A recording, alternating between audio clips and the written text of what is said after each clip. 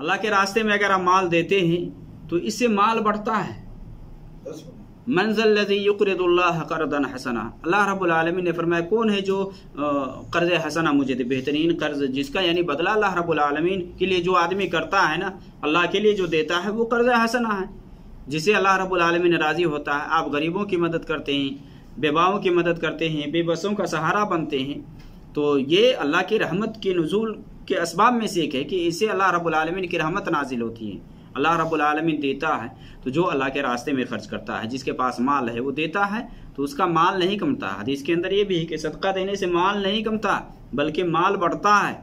आप अगर माल में बढ़ोतरी चाहते हैं, आप चाहते हैं कि आपके माल में बरकत आए, तो आप हस्बे इस्तिताअत खर्च करें ना, देना। सहाबा किस तरह से खर्च करते थे।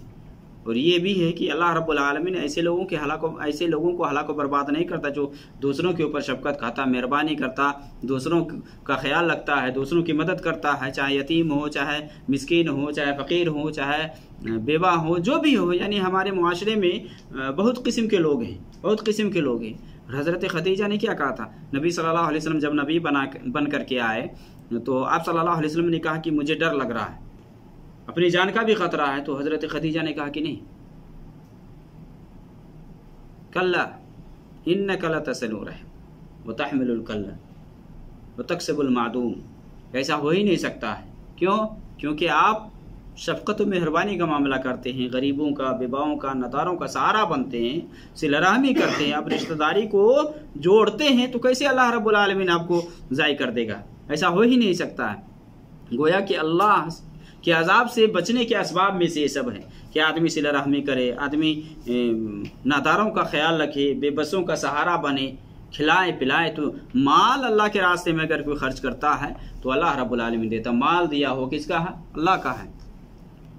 अल्लाह रब्बुल आलमीन दिया है, उसमें से आप खर्च करिए। और जो देता है अल्लाह रब्बुल आलमीन मज़ीद उसको देता है, कम नहीं करता है, कम नहीं करता है। बस आज के दौर में ख़ास करके देखें, लोग दौलत की इस तरह से हरीस बन गए हैं कि गरीब और मोहताज बगल में हैं, फिर भी उनको देने के लिए तैयार नहीं है, फिर भी देने के लिए तैयार नहीं है। और ये माल की जो चाहत है ना, कभी ख़त्म नहीं हो सकती मेरे भाई। हदीस के अंदर ये है कि दो चीज़ कि इंसान बूढ़ा होता है और ये दो चीज़ें जवान होती हैं। एक तो माल की चाहत, एक प्रॉपर्टी, एक जायदाद अगर आपके पास है तो आप दूसरी की ख्वाहिश करेंगे आप। इसी तरह से आदमी मरने के करीब है लेकिन फिर भी ये सोचता रहता है कि मैं अभी नहीं मरूंगा, मैं अभी नहीं मरूंगा। तो इब्ने आदम के जो पेट है ना, इसको मिट्टी भरेगी, मरता है सारा कुछ ख़त्म। इब्ने आदम के पास दो वादी हो तो तीसरी की ख्वाहिश करती है। तो अब इस तरह से माल अल्लाह रब्बुल आलमीन ने दिया है, माल है तो उसमें से खर्च करेंगे। अब देखिए अल्लाह रब्बुल आलमीन दे रहा है सबको, खजाने का मालिक वही है।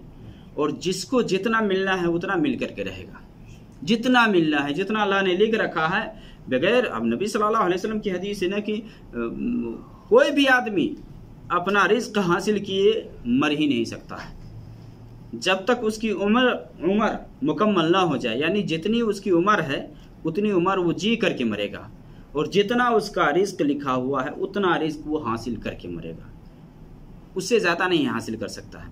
इसलिए हदीस के अंदर ये भी आया है कि आदमी हलाल तरीके से कमाने की कोशिश करे। हराम तरीके से वो चाहेगा कि हम माल ज़्यादा कर लेंगे, नहीं होगा, नहीं होगा, बरकत नहीं आएगी। लोग किस तरह से धोखाधड़ी से, हराम तरीके से, हराम ज़राए तो बहुत से लोग इख्तियार किए हुए हैं।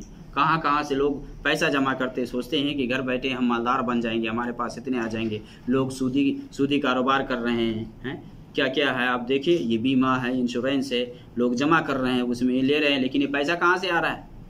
पैसा तिजारत है वो क्या? कोई तिजारत नहीं है। आप पैसा देते हैं, वो हराम काम करता है या चाहे वही काम करता है, वो लगाता है कहीं और लगाता है, सूद पे लगाता है, जो उसे आता है उसमें से आपको देता है। कहता है 50 साल 20 साल आप भरें तो आपको इतना मिलेगा। तो ये सब काम मेरे भाई सूदी काम ये हराम है। और सूदी काम ऐसा काम है कि जो अल्लाह और उसके रसूल से जंग के मुतरादिफ करार दिया गया है। जो लोग ऐसे काम करते हैं, फ़अज़नु बिहर्बि मिनल्लाहि व रसूलिही, कि अल्लाह और उसके रसूल से जंग के लिए वो तैयार हो जाए। जो लोग सूदी कारोबार करते हैं, किस तरह से लोग हराम तरीके से, मेरे भाई हलाल तरीके से कमाएं। अगर 2 पैसे भी कमाते हैं, आप मेहनत करके कमाते हैं, मजदूरी करके हासिल करते हैं, अल्लाह बरकत देगा उसी में। बरकत का मालिक वो है। अगर दुनिया का खजाना अगर इंसानों के हाथ में हो जाता ना, तो बहुतों को भूखा मार देता, बहुतों को भूखा मार देता। इसलिए अल्लाह है, इसलिए तो अल्लाह ने कीड़ा पैदा कर दिया है। मालिक खुद है वो, एक ही मर्तबा में नहीं दे देता है, किसको कितना चाहिए, कब चाहिए, क्या जरूरत है। वो दुनिया का मालिक है, शहंशाह है, मालिकुल मुल्क है, इज्जत और जिल्लत का मालिक वही है। वो जिसको चाहता है इज्जत देता है, जिसको चाहता है जिल्लत देता है। ये माल इज्जत की अलामत और पहचान नहीं है। सबसे जो अहम चीज़ है इज्जत, ईमान। ईमान की दौलत से अगर आप मालामाल हैं तो ये सबसे बड़ी इज्जत है अल्लाह के नज़दीक, और आप मुकर्रम हैं। इन्ना अक्रमकुम इंदल्लाहि अत्काकुम, तुम्हें सबसे बाइज्जत वो है जो कि तकवा वाले, अल्लाह से डरने वाले, जो जिस हिसाब से अपने अंदर अल्लाह से डरेगा, यानी अपने अंदर अल्लाह का डर, अल्लाह का खौफ रखेगा, उसी हिसाब से अल्लाह से करीब होगा वो।